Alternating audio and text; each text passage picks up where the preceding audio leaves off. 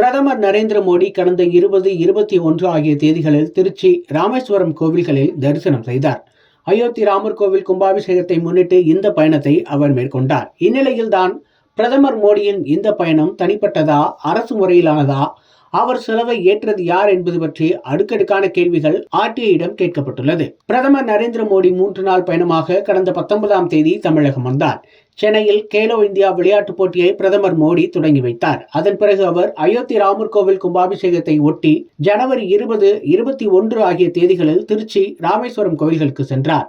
அதாவது கடந்த 20ஆம் தேதி பிரதமர் மோடி சென்னையிலிருந்து திருச்சி வந்து ஸ்ரீரங்கம் ரங்கநாதர் கோவிலில் தரிசனம் செய்தார். அதன் பிறகு அவர் ராமநாதபுரம் மாவட்டம் ராமேஸ்வரம் ராமநாத சுவாமி கோவிலில் தரிசனம் செய்தார். முன்னதாக அவர் 22 தீர்த்தங்களிலும் நீராடினார். பிறகு ஜனவரி 21ஆம் தேதி அரிச்சல்முனை கடற்கரைக்கு சென்ற பிரதமர் மோடி தனுஷ்கோடி கோதண்டராமர் கோவிலில் தரிசனம் செய்தார். பிறகு அங்கிருந்து மதுரை வந்து விமானத்தில் டெல்லி சென்றார். அதன் பிறகு மறுநாளான ஜனவரி 22இல் பிரதமர் மோடி அயோத்தி ராமர் கோவில் விழாவில் பங்கேற்று 5 வயது பாலராமர் சிலையை திறந்து வைத்தார்.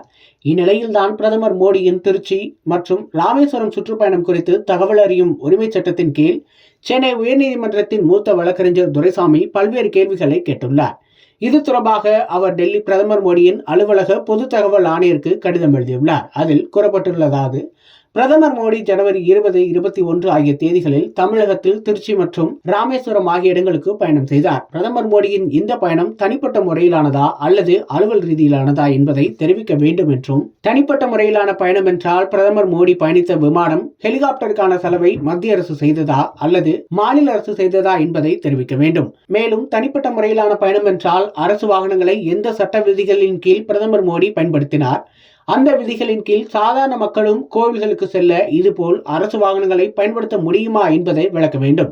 இது தவிர தனிப்பட்ட முறையிலான பயணம் என்றால் இந்த போக்குவரத்து செலவுக்கான கட்டணம் பிரதமர் மோடியிடம் வசூலிக்கப்படுமா? ஒருவேளை வசூலிக்கப்படாவிட்டால் அதற்கான காரணம் என்ன என்பது பற்றிய விவரங்களை தர வேண்டும் என உள்ளிட்ட கேள்விகள் அதில் கேட்கப்பட்டுள்ளது.